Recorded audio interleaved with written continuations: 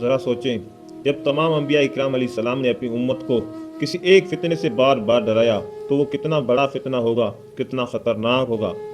آج ہم جانیں گے دجال کون ہوگا، کہاں سے نکلے گا، اس کے پاس کیا کیا طاقتیں ہوں گی اور اس کا خاتمہ کیسے ہوگا۔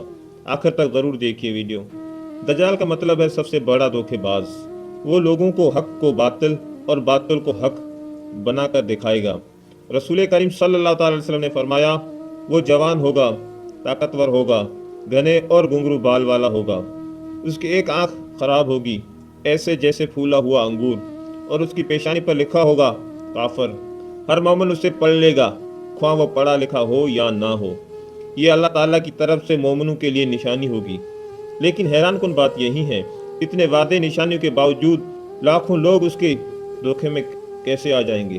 کیونکہ اس کے پاس غیر معمولی فتنے ہوں گے۔ روایتوں میں آتا ہے کہ ایک سفر کے دوران وہ وہاں ایک عجیب مخلوق جیسا سا ملی۔ اس نے انہیں ایک بندھے ہوئے آدمی کے پاس پہنچا۔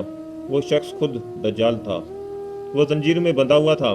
وہ سوال کر رہا تھا، کیا نبی آخری زمان آ چکے ہیں؟ کیا عربوں نے ان کی اطاعت کر لی ہے؟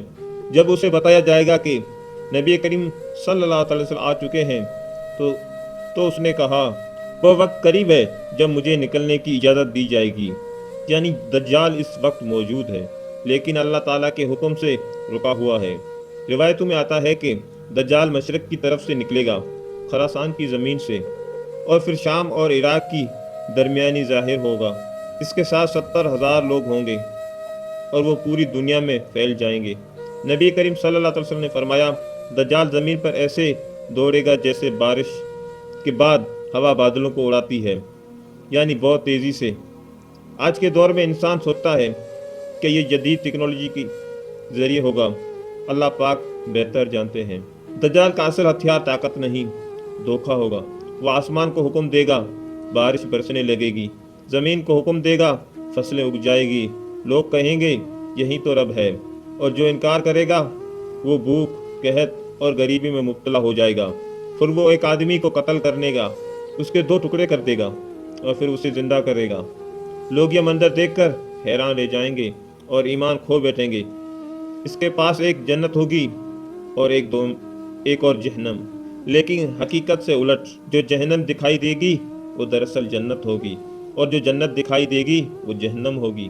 نبی کریم صلی اللہ علیہ وسلم نے فرمایا، اگر دجال کو پاؤ تو اس کے آگ میں داخل ہو جاؤ، کیونکہ وہ ٹھنڈے پانی کی طرح ہوگی۔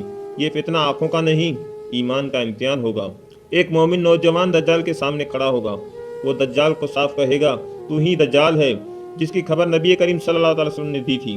دجال اسے قتل کر دے گا، پھر زندہ کرے گا، لیکن وہ نوجوان مزید مضبوط ایمان کے ساتھ کہے گا، آج مجھے تیرے دجال ہونے پر اور یقین ہو گیا۔ یہ نوجوان اس دور کے عظیم شہیدوں میں شامل ہوگا۔ یہ واقعہ ایمان کی طاقت کو ظاہر کرتا ہے۔ دجال پوری زمین کا سفر کرے گا، لیکن 2 شہروں میں داخل نہیں ہو پائے گا۔ جہاں وہ داخل نہیں ہوگا وہ شہر یہ ہیں، مکہ مکرمہ اور مدینہ پاک، کیونکہ ان دونوں شہروں کے راستوں پر فرشتے پہرا دیں گے۔ وہ مدینہ کے باہر رکے گا اور مدینہ 3 مرتبہ ہلے گا۔ منافق لوگ نکل کر اس کے ساتھ ہو جائیں گے۔ جب زمین پر ظلم اپنی انتہا کو پہنچ جائے گا، تب آسمان سے رحمت اترے گی۔ دمشق کے مشرق کی سفید مینار پر نازل ہوگا۔ ان کے ہاتھ 2 فرشتوں کے پر ہوں گے۔ مسلمان ان کے ساتھ جمع ہو جائیں گے۔ دجال بھاگے گا لیکن بچ نہیں سکے گا۔ آخرکار لوٹ گیٹ کے مقام پر حضرت عیسیٰ علیہ السلام اسے پکڑ لیں گے۔